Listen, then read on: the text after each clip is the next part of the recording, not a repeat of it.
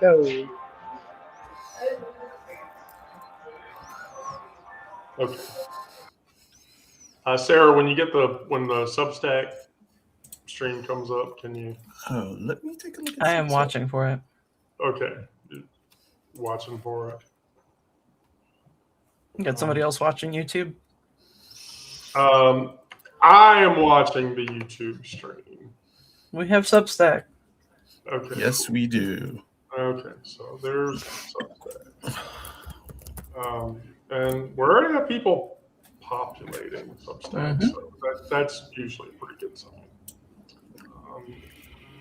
Let me just shore up my windows here a little bit, make sure I have everything before we get started with today's loveliness.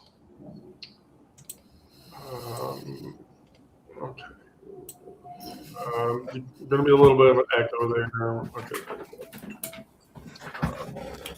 So I will attempt to moderate the YouTube channel. We'll see. We'll see how that goes. May the odds be ever in your favor. Yes. May the odds. Yeah, we got some real jokers last time. Right. All right.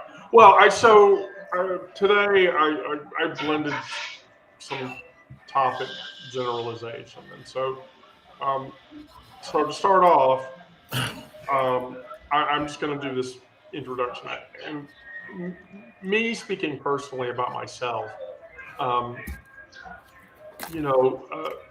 survival and life changes, trauma, survival, day-to-day living, whatever.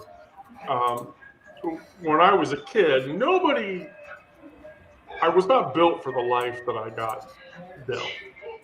A lot of us feel that way. And so for me personally, I've been cobbling together everything that I can from salvage parts of one area of my life versus another.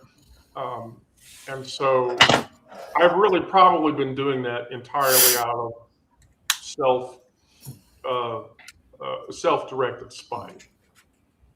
But self-compassion is still a practice that, for me personally, I still have to do that at 2 o'clock in the fucking morning when I grab my phone and I'm doom scrolling and, I'm trans. Am I going to be arrested today as a domestic terrorist? It's possible. And so what I find when I do that analysis, I have rituals. We all do. And my ritual list, I sort of picked out the ritual list from things that I do that I feel like everybody in this session would have comments about. And so one of them is bookstores. I have a bookstore ritual and I love it. I literally go to the bookstore to smell paper. Open the book, smell the pages. Oh, okay. So do I. Yeah, definitely. I'm a book sniffer. Right. So with that, I'll just go right into it. And so your inner critic, that internal voice that you listen to, and that's the voice that says you're too much, you're too loud, you're too queer, you're not woman enough, whatever. And I listen to that voice closely because as a trans woman, I worry that's the voice of my mother. And her disappointment wrapped up in something else. Or, my ex's contempt dressed up as concern. And that syntax gives it away. Those aren't my words. That's shame that I swallowed whole at 14 when, I first became self-aware that I was different. And so then I internalized that from every sideways glance in public, every time someone said, just be normal, don't be that way. And that cruelty has genealogy. So you walk around with other people's fear lodged inside yourself, and you try to call it self-awareness, but that's not what the fuck it is.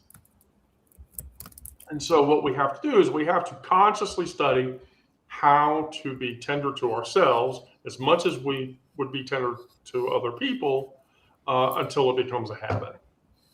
And so what I do when my internal critic goes off is I watch that language. Whose voice is that really? Is it my third grade teacher in primary? Is it my first partner who couldn't handle my truth? Then I have to reparent that voice. So when the critic speaks, I have to say, nobody talks to me that way. And I have to build a counter narrative, with strength that I would use to protect someone else that I love or someone else that I care about, because I would totally do that for other people. I just don't do it for myself. And so what I realize is that while the voice won't disappear, I can build a counter narrative to, understand what the voice is and interpret what the voice is telling me without taking the criticism. And so now I'm going to pass it to this person. Oh, yay.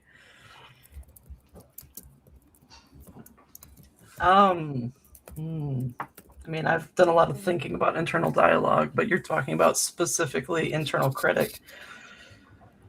If you want to talk about internal dialogue, do it. No, not really. No, I think that's bullshit, because I know you wrote a story about it. Yeah. Yeah, I did. Several, actually. I mean, there's... So yes, I do have the internal dialogue, the negative internal dialogue, the positive internal dialogue, and then neutral and whatever else. I can't really say that I attribute a specific voice to the negative. Sure, the words they belong to somebody that's not me. I think the first instance that I can remember of not it being internal dialogue, but where it would come from would be from my dad. Just that stupid song that he came up with about me being too serious. And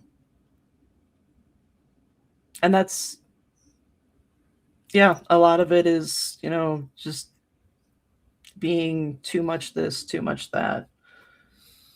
And it usually has to do with some kind of emotional thing, because it was always, you have to look at things logically. You can't be emotional. You need to look at things logically. Otherwise, you're going to get caught up in whatever. And so for the longest time, it's just been about, pushing down the emotions, not allowing myself to feel them, just, processing life and just trying to get through it rather than experiencing it or enjoying it.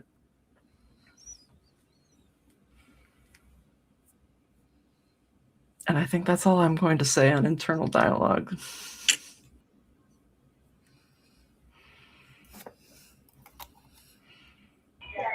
Oh no, it's me.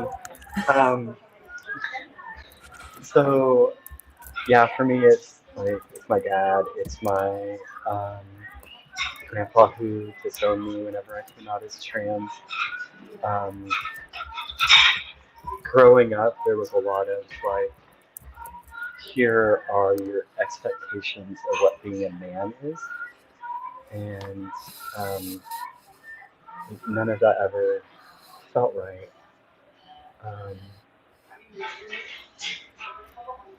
And anytime I showed any sort of softness, it was stop acting like a girl, man up, all those sorts of things.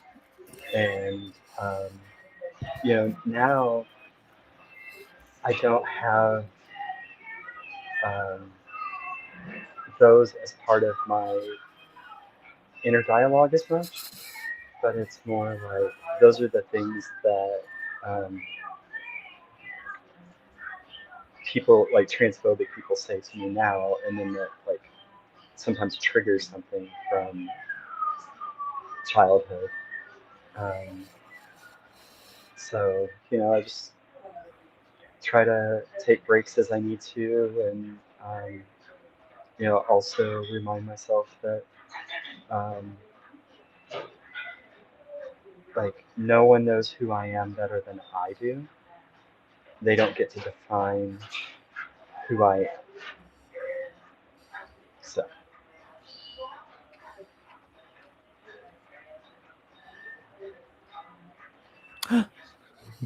You raise me up. Brandon, if you're going to start singing hymns, you need to warn everybody. you have to It's tell not us a where to hymn. turn in the hymnal. No, that's not a hymn. It's a her. Now, I was. Well, speaking of hymns, part of my internal dialogue, I think, comes from the church, and I think Miranda can relate to this, like not wanting to display my talents or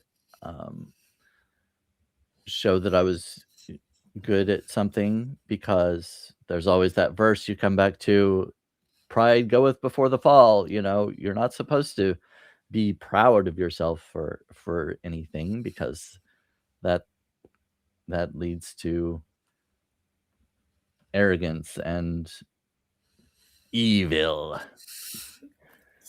And I agree with part of that. I mean, I don't like when people brag about themselves a lot, but I know there's pride is kind of an interesting word. I've always had a kind of an issue with that as far as the Pride Month and LGBTQ plus. Because I always equate pride with accomplishments, and I don't feel like being gay is an accomplishment. I didn't do anything. I'm just the way I am, and I'm not necessarily proud of being gay. I'm happy with it, and that's just the way I am. But I don't feel like I accomplished anything to achieve it.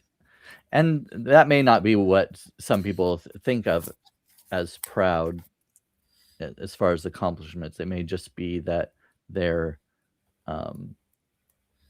just like what I said, being happy with who they are, and they use that as their definition of pride. But it probably goes back to the church and what I was taught about pride being. It was always kind of looked at as a negative thing to be proud. But that's some of where my internal dialogue comes from. It's not necessarily I don't know if it's a voice, but I see it in written script. And sometimes it is a voice. It may be the voice of my dad or my mom, or maybe even the lack of a voice. If I do something that I'm proud of, or that I something some kind of accomplishment, there's nobody, there's no voice to back that up and to say that you did well or whatever, because that's what happened when I was younger. There wasn't a voice that said good job, well done, I support you in this. So sometimes, yeah, I think it's silence that's the inner critic. Well, I'm just going to interject that on the point that you made, because I wanted to point this out, is, you know, the effort to be trans, or the effort to be gay, or the effort to be whatever it is. You know, someone asked me recently today, do you not just um, do you not just call yourself a woman? And I said, yes, I do. And so, you know, it's a lot less about identity necessarily, even though dysphoria and dysmorphia fuck all that up, or any more than orientation. When you walk outside, Brandon, people don't look at you and go, that guy's dead. Not usually, no. No. So I live in, and so that's one of the things you have to tell your internal critic. Don't fucking say that to me. I don't give a shit. I didn't mean to interrupt you. I just wanted to point that out. Oh no, you're fine. And part of the pride may come in the act of coming out too, that you're proud of yourself for being yourself when you had been suppressing that for so long. Not necessarily the fact that you are who you are, but that you have I don't know, I'm not sure what I'm looking for, but achieved a higher sense of self, maybe. And that may be where the pride comes in. Proud of myself for achieving that level. I would agree with that. All right. Internal dialogue. So yes, I've had internal dialogue for most of my life. I've told people this before, but I've taught a class in my head for over 2 decades. I think that's probably because in school I did not do as well as I thought I should. So I overcompensated by teaching, so on and so forth. It's part of my executive dysfunction that I was never able to get as far as I wanted to in school. As far as pride, yeah, I had a lot of pride in discovering who I was and coming out and fighting against the prejudice and injustice that I found within the world outside and within my world inside. So I was outed by a family therapist. And so it didn't really give me a chance to work out a way to come out to Egg. But I came out to my parents and we didn't talk for 2 years. So I kind of figured that was going to happen. I was prepared for it. Egg was prepared for it, and we just let it go, But I did have pride in coming out, and I always had pride in understanding who I was. It's a big part of my life, a big part of my identity. Um, the internal dialogue is still there. It wasn't solved by coming out and being honest and open with the world, but it did solve the teaching problem. Now I still have a dialogue in my head that continues on throughout the day and throughout the night until I'm asleep or until I'm surrounded by chaos. And in that chaos, I become calm, and my voice is my internal monologue. My internal voice is a little bit quietened. But yeah.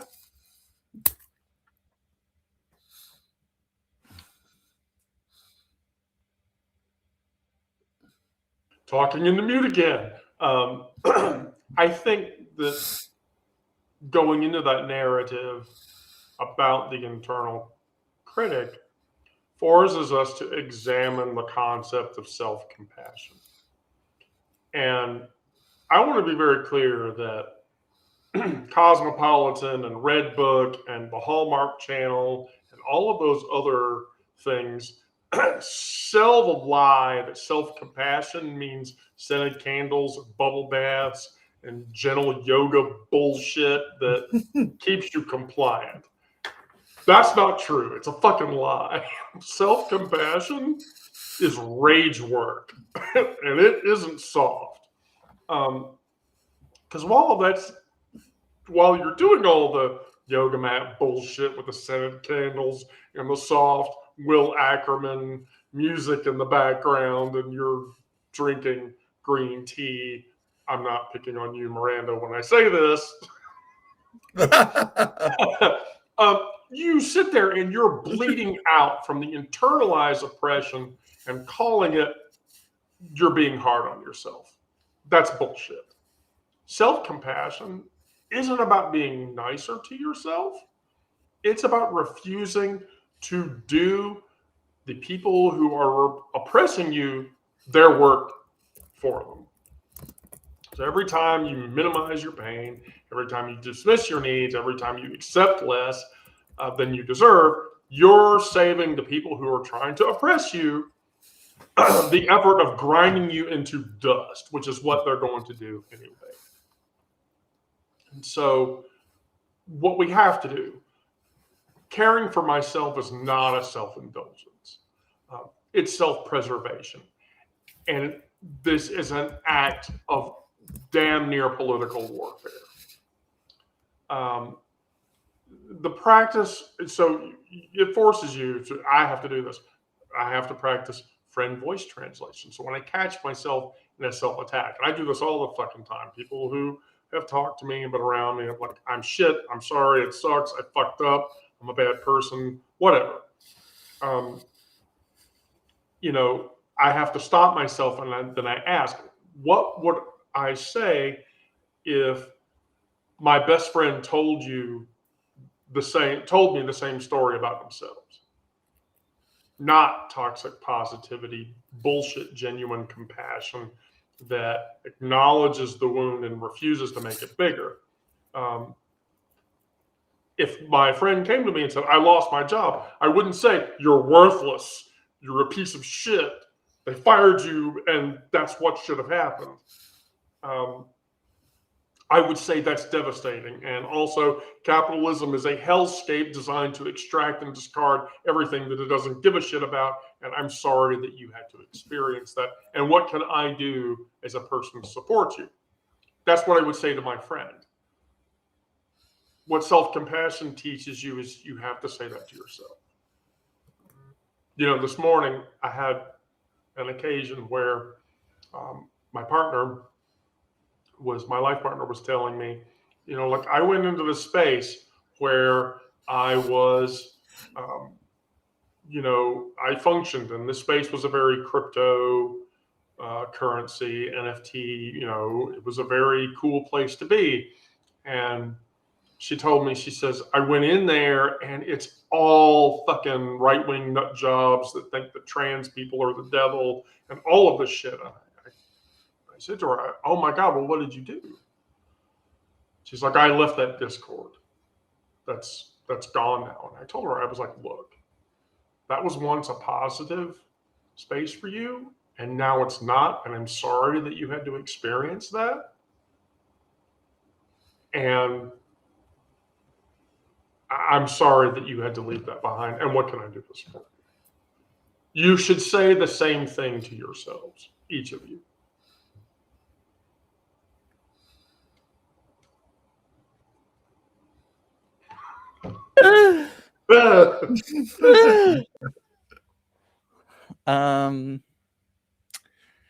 Well, self-compassion, I think, kind of goes.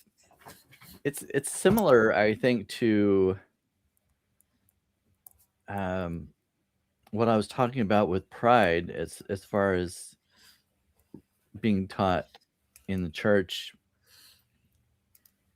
well, I mean, I guess there's love your neighbor as yourself, so I guess you are supposed to love yourself, but not too much.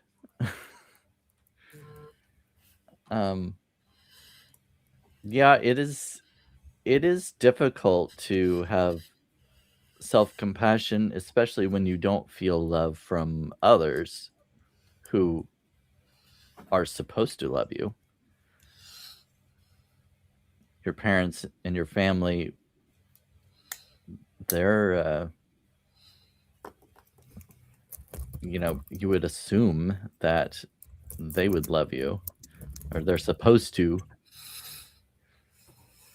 and yet if you don't receive that growing up, or if you do something that goes against their beliefs, it becomes conditional love. And so I think you kind of learn to love yourself conditionally.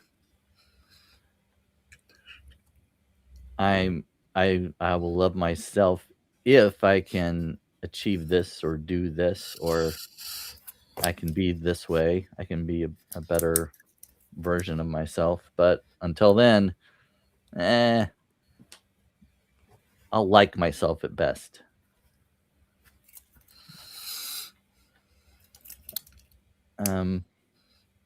Yeah. Yeah, the church stuff.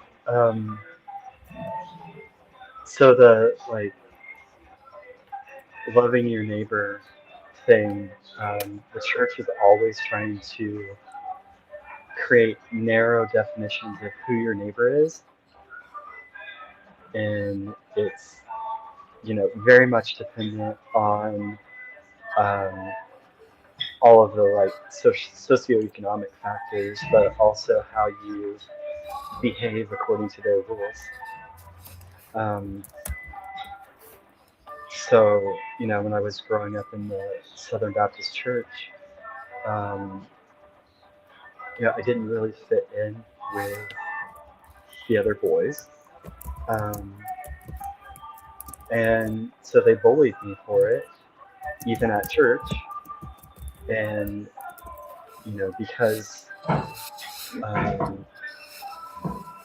I wasn't meeting the social expectations, I was blamed for my own bullying.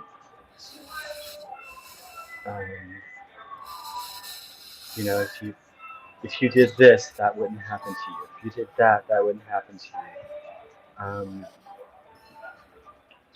And so it's hard to get to a point where you can say I don't deserve that treatment, or I don't have to follow those rules.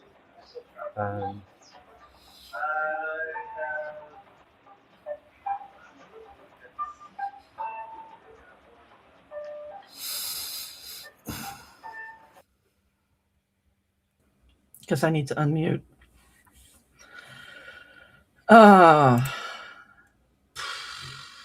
Self-compassion. I mean, for me, that has a lot of times been just allowing myself to process emotions rather than not allowing myself to feel them. And a lot of times that ends up looking, because of how much it's been just pushed down, it ends up coming out as rage, and I allow myself to go out in the yard and throw cinder blocks around. Although not so much anymore because they're all in use.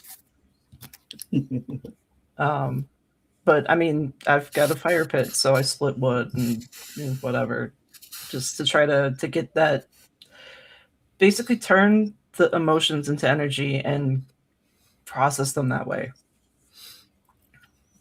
But also it's, taking the time to acknowledge the fact that I have these feelings, and that that it's okay that I have them. Sometimes it looks like, watching something sad intentionally to make it so that I can get those like bluer emotions out. I can't say that I've had to do that real recently, but I feel like in the past 2 years there's been more crying than I've done in my entire life just because of the amount of loss. So that has kind of tuned me back into being able to allow myself to feel emotions. Emotions are hard. I don't care what anyone tells you. Oh, yeah, they are. Yeah, because I was told not to express certain emotions for a long time. It was really hard to get to a point where I could access those honestly, and they didn't either like get suppressed or go to the other extreme of just like totally taking over. Oh no, I was a person that regularly experienced the be a man and kill shit and drive fast cars and don't show any emotions and be stoic as fuck and beat your girlfriend, all that bullshit. And it's like, oh, it's Yeah, I mean, exhausting. I was expected to be feminine, but also be logical. Yeah. Not that pragmatism necessarily does or does not require femininity, but I mean, if you're pragmatic, I'm a pragmatic kid. They're fluid, so there's no gender there. Why does pragmatism give a shit about gender? I really don't know. Onyx?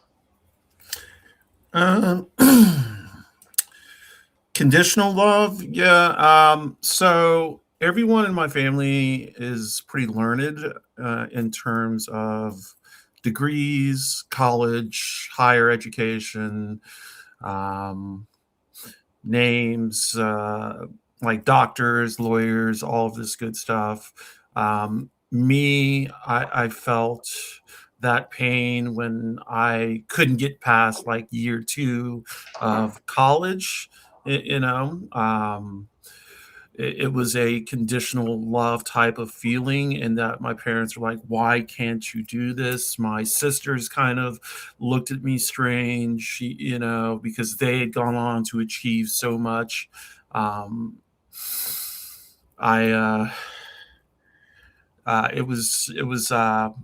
That's hard, and it still is hard today, because I look at my extended family, and I look at my parents, and I look at my sisters who have achieved so much, and I'm just sitting here, achieving in my own way, but not like on the world's big stage. It feels it feels it like, yeah, I can't get into that, but I'm gonna stop there.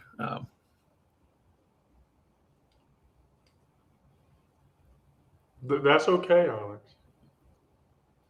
It's okay to stop right there. Oh, look at that. Someone in the chat said Down syndrome meeting. Oh, somebody's going to get a timeout. Down syndrome. Yeah. Great. Yeah. That doesn't even make sense. I know. Eileen, did you get him? Because I didn't get him. Anyway, so all right. So for a bit of practicality,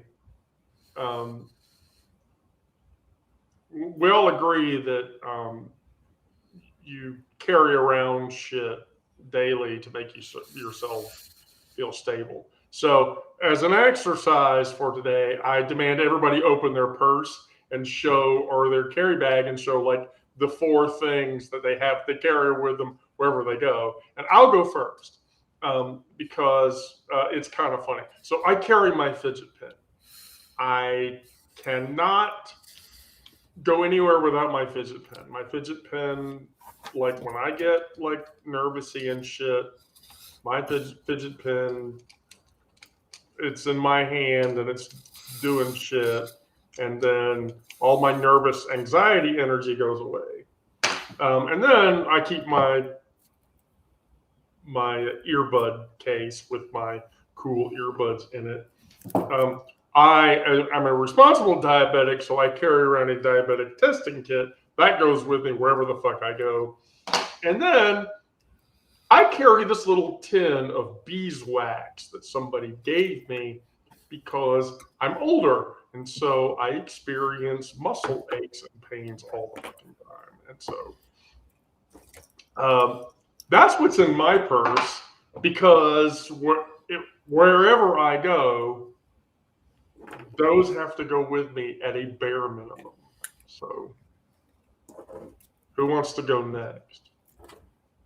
Oh, okay, Onyx. Here we go. Okay. I definitely want to see what's in Onyx's purse. So, since surgery, I've been carrying this little pocket mirror. It opens up. It's got a peacock on it. And I am IFA. I am an ENIFA. And a peacock means a lot to me. On my desk right now, I am counting 1, 2, 3, 4, 5, 6, 7, 8, 9, 10, 11 lip glosses by Rihanna Fenty. I carry at least 2 of them all the time. A little zip drive type of thing, so I can download any kind of information I need. Yeah, and my wallet, of course, Basquiat. I'll hide the card number, but it's a Basquiat wallet. Yeah, those are what I carry. The lip glosses, though, like, it's kind of insane. I have a big problem with that. I love them, but I spend like way too much money on lip gloss and lipstick. Yeah.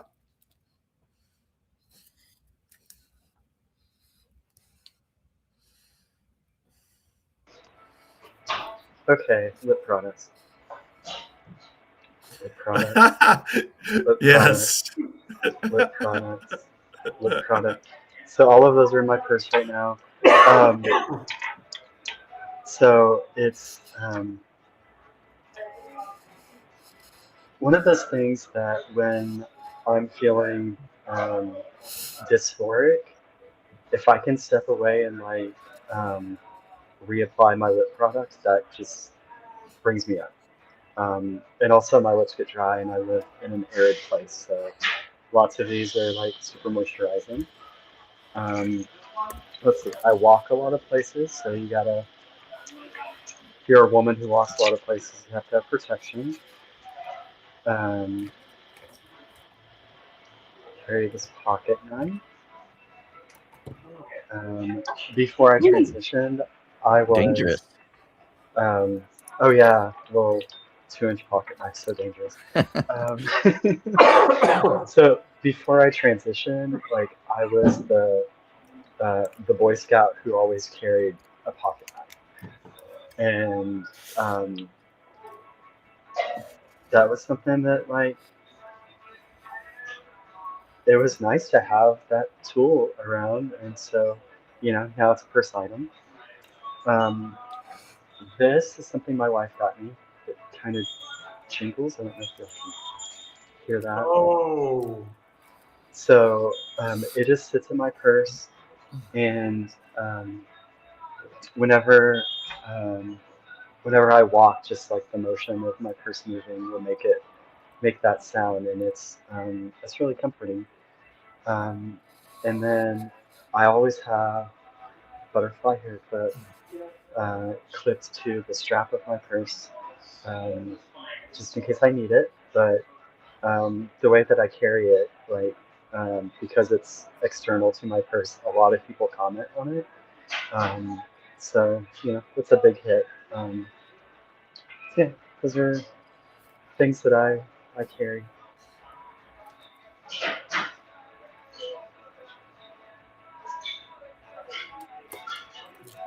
I don't exactly carry a purse. I pretty much carry a backpack with me everywhere I go. Yeah, but there's so shit in the backpack, and I want to know what it is. well, it depends on what I'm doing. Like today I went to work, so I've got my work bag. Completely different regimen of things because there's some things I can't take to work. Like if I'm traveling, I've got my big knife. If I'm at work, I have my pocket knife. That's a nice knife. But like, you know, headphones, obviously, especially if I'm at work. In my work bag are my compression gloves. Those are a necessity. Notebook. That goes in whatever bag. It doesn't matter. The notebook always goes in whatever bag it is. Yeah. No, Yeah, that and my planner gets switched between bags all the time. Cough drops.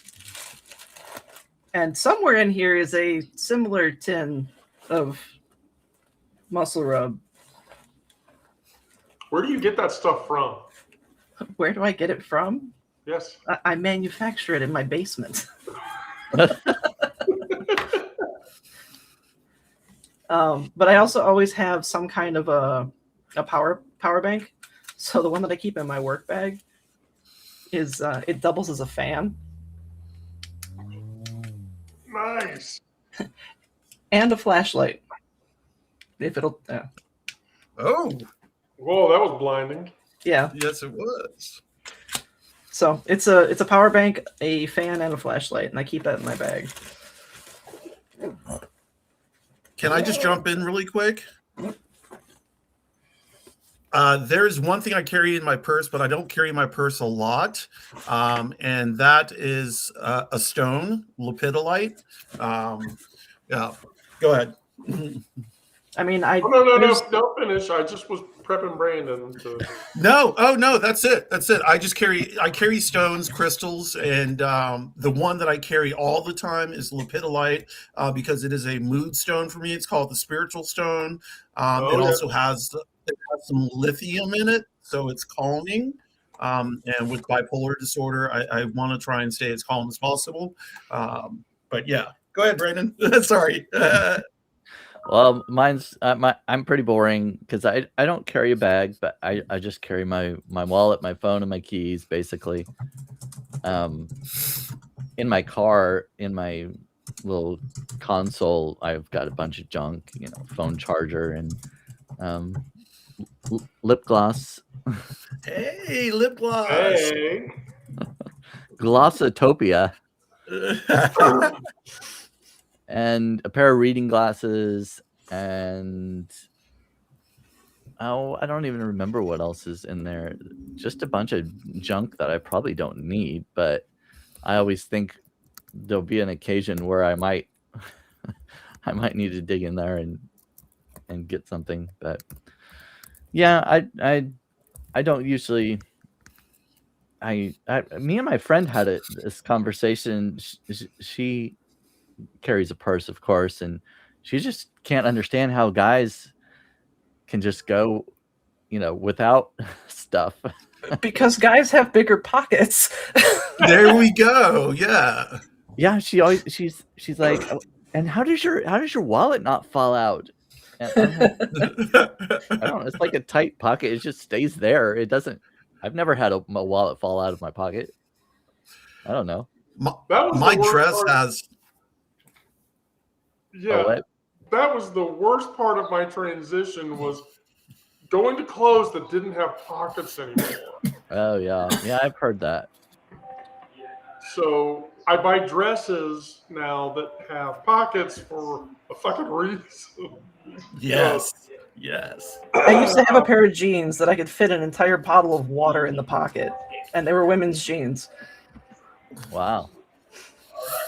Gosh, I can't imagine. Okay, well, the last thing that I had for today was the ritual, because I did this ritual recently. And that's secondhand bookstores. Now, we're all writers or content creators or whatever, and so that's why I felt comfortable talking about it. And so, in my locale, there's like this cheap used bookstore or whatever. And so when you look at the place from the outside, it looks like a cheap used bookstore. But the lady that works in there is really, really nice. Every time I walk in there, she's really cool. And she always like, oh, I got a bunch of stuff in that you might be interested in or whatever. And so, but every time I do that, I'm in there just running my fingers across cracked spines, and the smell of decaying paper is intoxicating. And the whole reason I go in there is to find like the one thing that might be related to something on my reading list that I've never touched before, and I'm going to read it.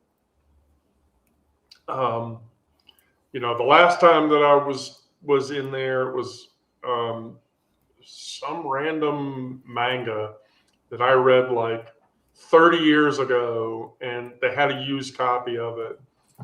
And then Barlow's Guide. If you're a science fiction reader, you know about Barlow's Guide to Extraterrestrials, and they had a copy of that, which that book has been out of print for fucking ever.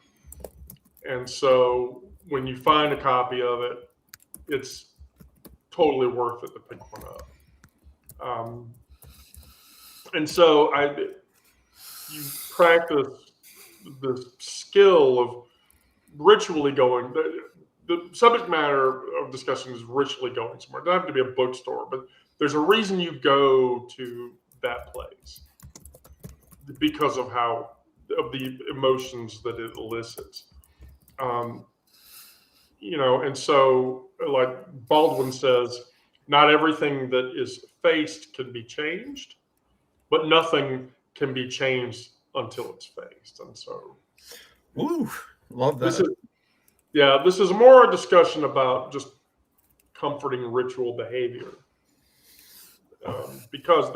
And so I ask myself every day, what am I looking for when I go into the store? I went to Powell's in Portland one time, and I swear I didn't come out for a week. No. I haven't been there, but I know that place is huge. Yeah. So here's the thing about Powell's. Powell's is in downtown Portland, and basically what they did was they bought a 4-floor office building, cleared out all of the furniture on all 4 floors, put in some stairs, and then turned it into the largest bookstore, in my opinion, largest bookstore in the U.S. You need to come see John K. King. Or Strand. I don't know. Powell's has a reputation. So does King. So does the Strand. Well, yeah, that's true. But nobody talks about that. Nobody talks about that reputation. You go all the way to the top floor, and there's a museum up there. Like they have a signed copy of the Tennessee Williams book, and shit like that. And so that's like, if you're a writer, that's like a cultural mecca. You should go to Powell's or whatever. And so yeah, that's.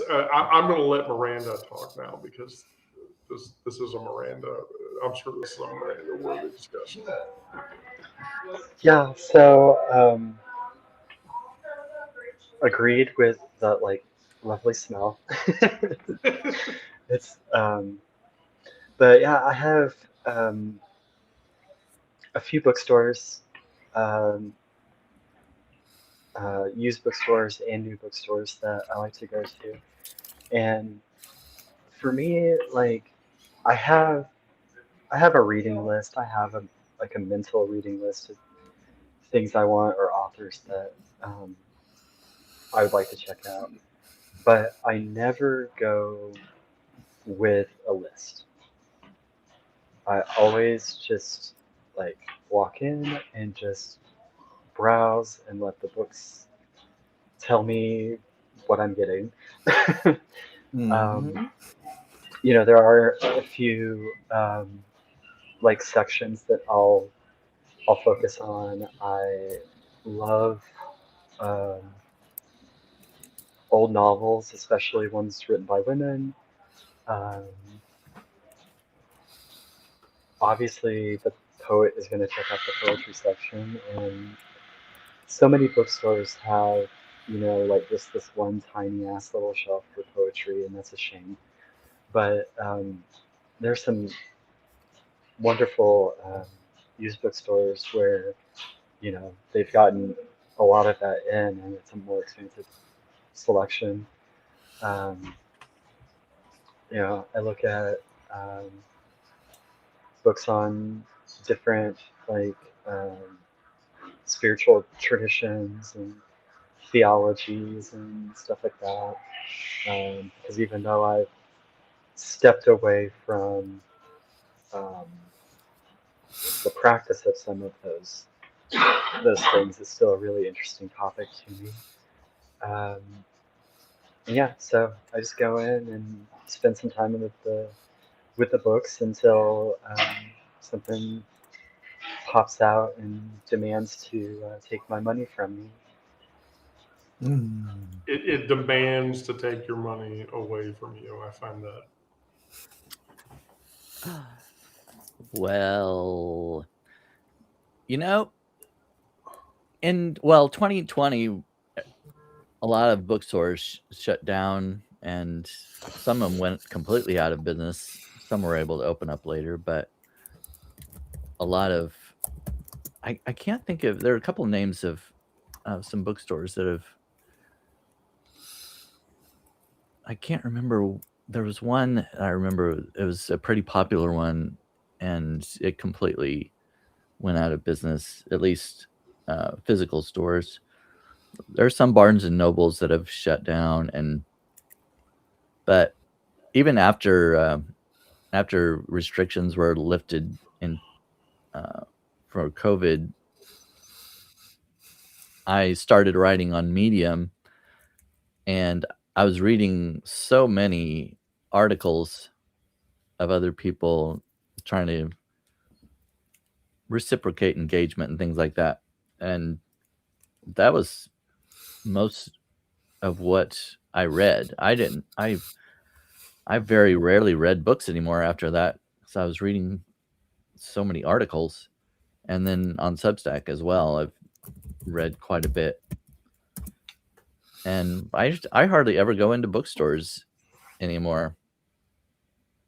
There aren't any around where I live, so I would have to travel a little ways to actually find a specifically a bookstore.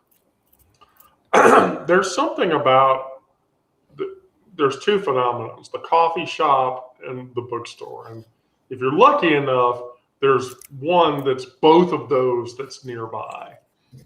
Yeah. I'm at the coffee shop right now. Yeah. And so, from a ritual, like, would you go to a coffee house, Brandon? Oh yeah. Yeah. That's the same comfort ritual that I think I was really sort of trying to drive at, is that, there are things you do that make you feel good. Yeah, I do like exploring different coffee shops, especially ones that aren't part of a chain. I do like Starbucks sometimes, but I prefer to visit independently owned coffee shops. Yeah, an independent cafe, not corporate bucks. Yeah. Like the coffee shop that Miranda is in, which, by the way, I have been in with her before. Yeah, and it's just about like half a mile from our place, and so I almost always walk over here, and like that's part of the ritual too. Is the walk, and people I'll see along the way, and then when I leave, I'll get, if my wife is having a work from home day like she is today, I'll get her a drink on my way out, and so it's all part of the thing.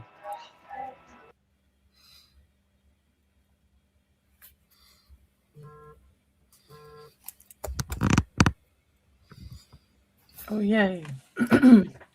I I remember love when I was having super cow powers. That means I can shift people around and I don't have to say anything. It's so much easier.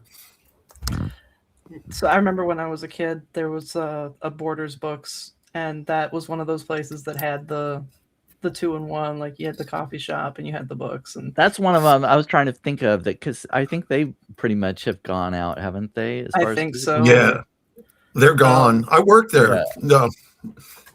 So even after they had closed down the one that was local to me, there was still one in Ann Arbor, and that one was a double decker, and I was very impressed the first time I got to go there. But eventually they all closed down, and we still had. So we've got, not anymore, but there was a little bookstore, even more local than Borders was. It was called the Little Professor. And I remember going in there when I was even younger than when I went to Borders, and I would like buy comic books and stuff. And my mom was always going in there to get my dad's newspaper, and so it was a weekly ritual. But more than going to bookstores, it was every day after school going to the library with my friends. And we would go there because we didn't really have any place else to go. We couldn't go to anybody's house because, everybody's parents had either stuff going on or were working late, so that there was no supervision. And granted, like we still weren't having any supervision at the library, really.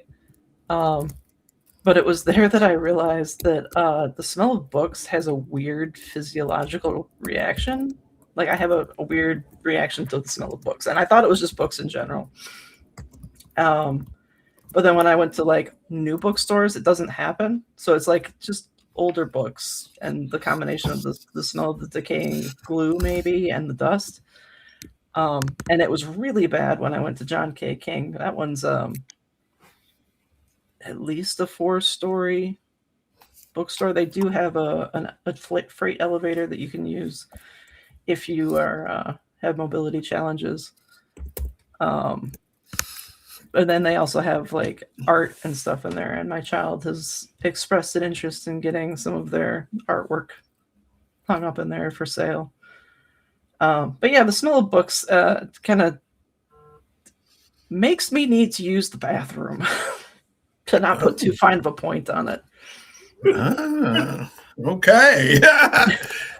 I don't know. Smell of books inspires you to pee. Is that No. okay? No, to poo. Oh, I'll just say this. I'll say the silent part out loud. Thank you. so what you're really telling me is The books are like, go sit down and read me. Yeah, pretty much. Yeah. Maybe that's it, because like there was always books in our bathroom when I was growing up, so maybe that's it. So what you're really telling me is when you go to a bookstore, shit happens. Yeah. Yeah. Absolutely. Shit happens. By the way, before I take you out of the spotlight, I just want to point out, by the way, Powell's blows the doors off of J.K. King. I guess I'd have to see it for myself. So Powell's is 69,000 square feet, and Nice. and then versus J.K. King's, which is 60,000 square feet. So you know what? Powell's is the bitch. Yeah, but there's more than one location for King. Well, we're just talking about a single chain. So, all right, Onyx, I'm gonna let you finish it up today.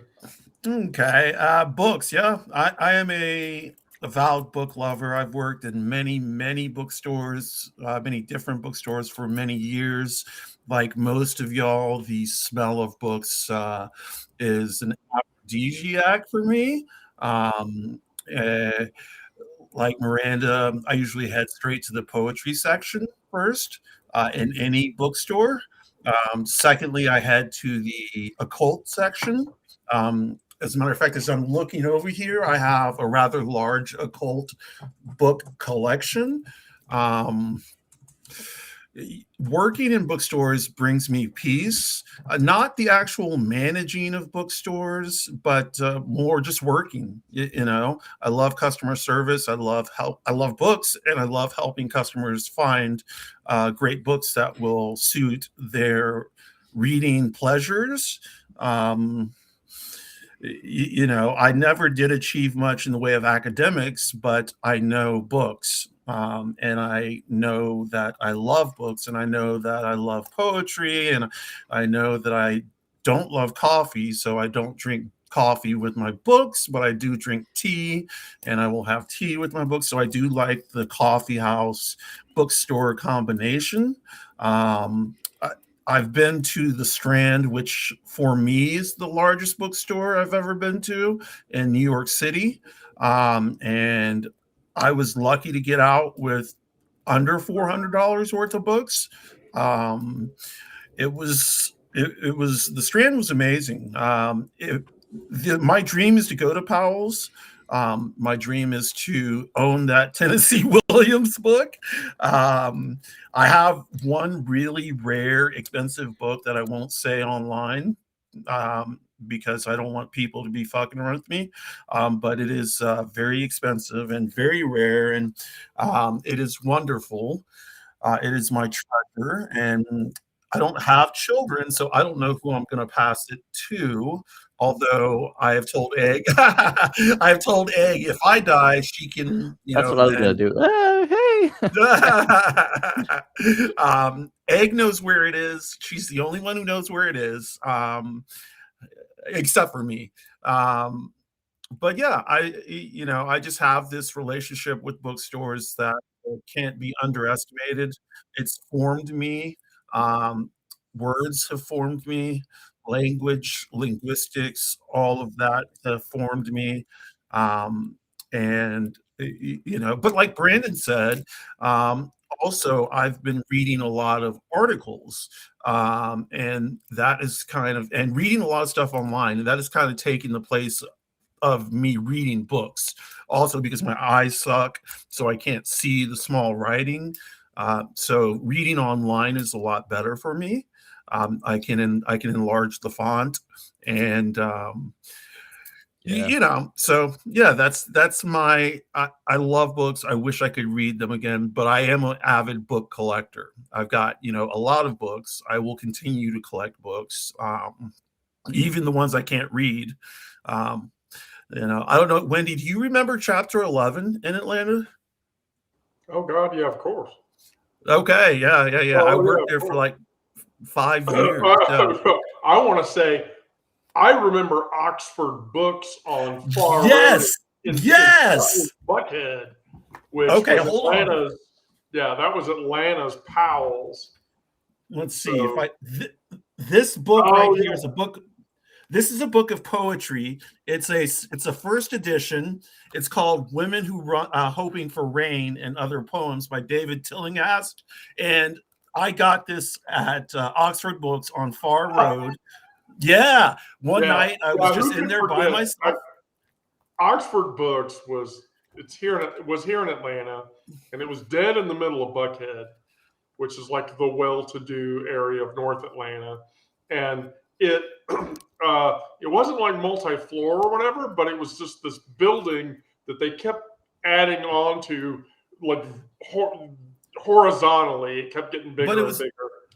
it was And an then yeah, octagon. there was this big like walking circular sort of deal or whatever, and they served coffee, and it was great. And when you went there, they had a queer section, and when you went into the queer section, there were Yes. other queer people that you knew were queer people because they were in the queer section, and there was, oh my god, yeah, Right. Loved that bookstore. Loved yeah, it. yeah. Ugh, memories. So I'll just I'll do a close here. So what this draws attention to, from a psychological perspective, as much from a living perspective, anything else,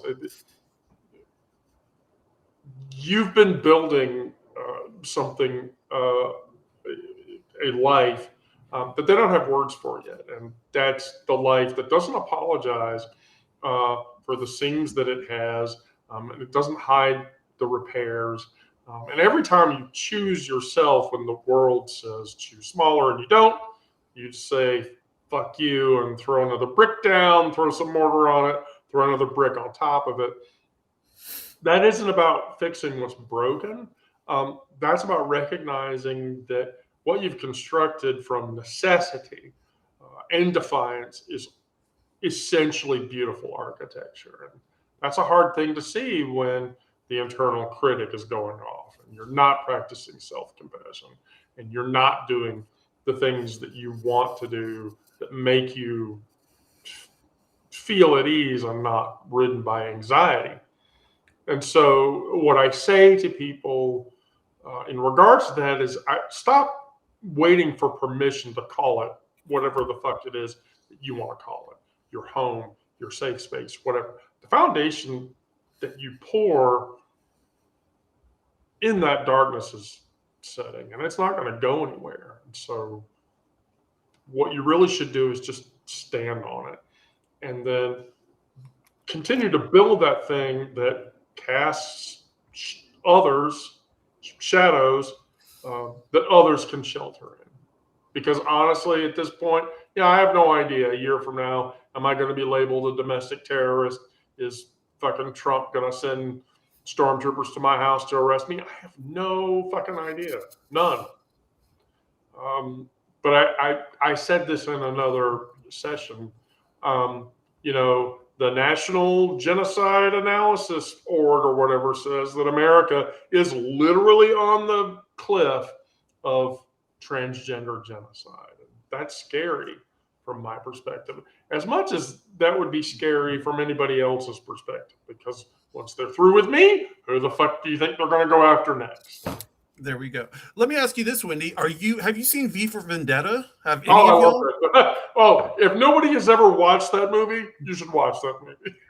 Okay, when Natalie Portman's character says, I'm ready to go to the woodshed or go to the back, I'm ready to be, essentially, she had gained the strength to say, I'm ready to face these demons head on. You can shoot me and kill me, but you will not take my spirit. That's how I feel now about these fuckers trying to come and snatch me off the streets. I'm ready, if you sometimes I'm ready I'm sorry to have to say this, but from my perspective, I no longer care, because the worst thing that can happen to me is I could get shot in the face. Right. And that would be bad, but I don't fucking care. I literally just don't care. You're going to do that? I can't control what you do. Fuck. Right. Fuck. But I'm not going to stop living because you say that I should. And we shouldn't stop speaking out either. No. We should continue. I'm definitely not going to do that. Definitely not going to do that. I'm not going to. I'm on their list. They may as well highlight my name too. Right. Just use a lot of bright light highlighter. Yeah. Can I get a pink highlighter for that, please? I would prefer a pink highlighter. Because I don't want the shit yellow. Does anybody have anything else to share?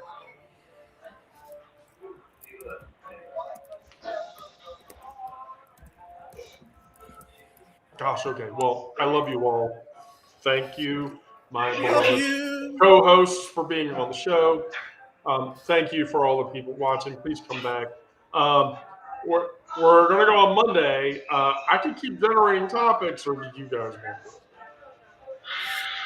I like you picking the topics, It's been good so far. Okay. I like how you've been formatting them. Yeah, I try to,